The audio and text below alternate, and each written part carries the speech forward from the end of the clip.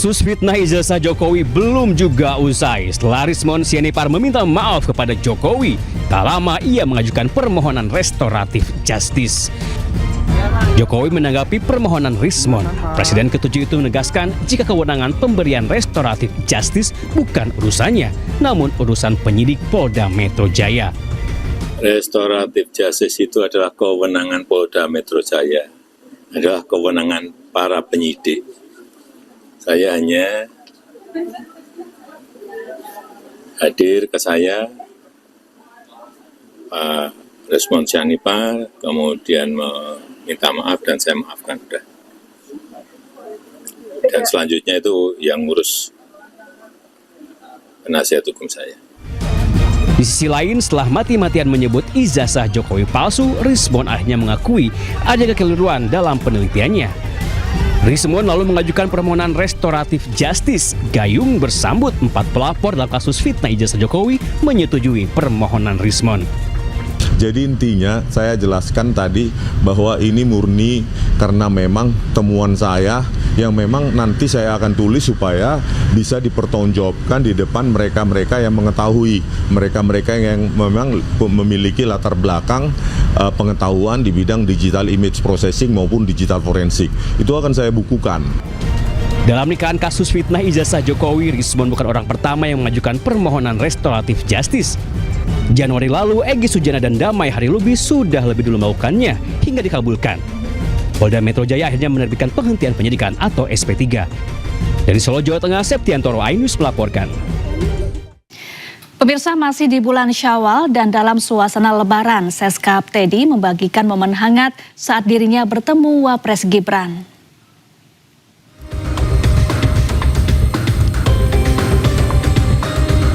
Dalam unggahan media sosial, Sekretaris Kabinet Teddy Indrawijaya bersilaturahmi dengan Wakil Presiden RI Gibran Rakabuming Raka di Istana Wakil Presiden Jakarta.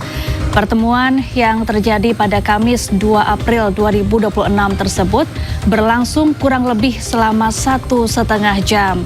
Dalam pertemuan, mereka membahas berbagai perkembangan terkini di tanah air.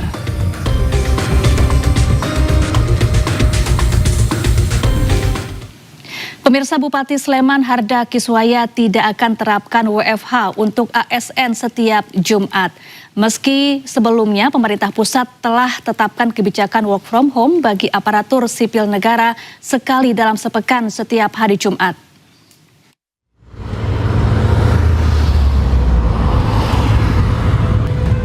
Pemerintah Kabupaten Sleman Daerah Istimewa Yogyakarta tidak akan menerapkan kebijakan work from home atau WFH bagi aparatur sipil negara pada setiap hari Jumat. Kebijakan ini diambil karena menurut Bupati Sleman Harda Kiswaya, WFH tiap hari Jumat membuat pelayanan masyarakat tidak berjalan dengan optimal. Terlebih, hampir semua organisasi perangkat daerah di Kabupaten Sleman bersinggungan dengan masyarakat. Itu perintah saya hormati. Dan dengan WFH itu kalau di wilayah kabupaten, khususnya di Sleman itu nggak bisa optimal. Sehingga saya melayani masyarakat seperti itu. Sementara itu, Harda juga memastikan tidak ada masalah bagi ASN jika tetap masuk kerja di hari Jumat seperti biasa. Selain soal WFH, Harda juga menjelaskan masih mengkaji dan mengidentifikasi soal pembatasan BBM dinas. Sebelumnya, pemerintah menetapkan kebijakan work from home atau bekerja dari rumah bagi aparatur sipil negara sekali dalam sepekan pada setiap hari Jumat. Meski demikian, ada sejumlah sektor yang dikecualikan dari WFH, yakni layanan publik seperti kesehatan, keamanan, dan kebersihan. Selain itu, ada juga sektor strategis seperti industri atau produksi, energi, air, bahan pokok, perdagangan, transportasi, logistik, dan keuangan. Dari Sleman, Yogyakarta, Heru Trijoko, iNews melaporkan. Ya, Menteri Pendidikan Dasar dan Menengah Abdul Mukti tegaskan kebijakan work from home atau bekerja dari rumah setiap Jumat tidak berlaku untuk sektor pendidikan. Sarana penguat ukhuwah. Ia menjelaskan kebijakan WFH bagi ASN pada setiap Jumat lebih ditujukan untuk instansi perkantoran, bukan lembaga pendidikan.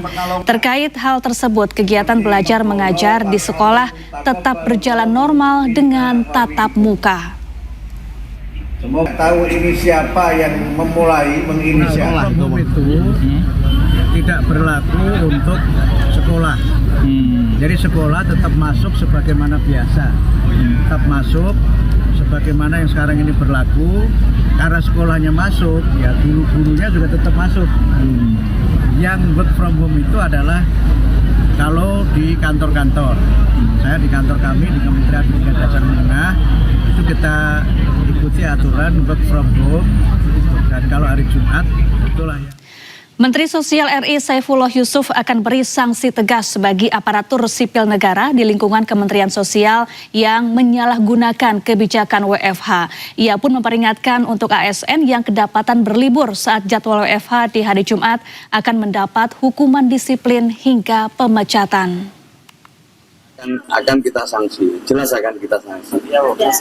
Sanksinya mulai dari sanksi tertulis, ya, sanksi dari pimpinan masing-masing, ya.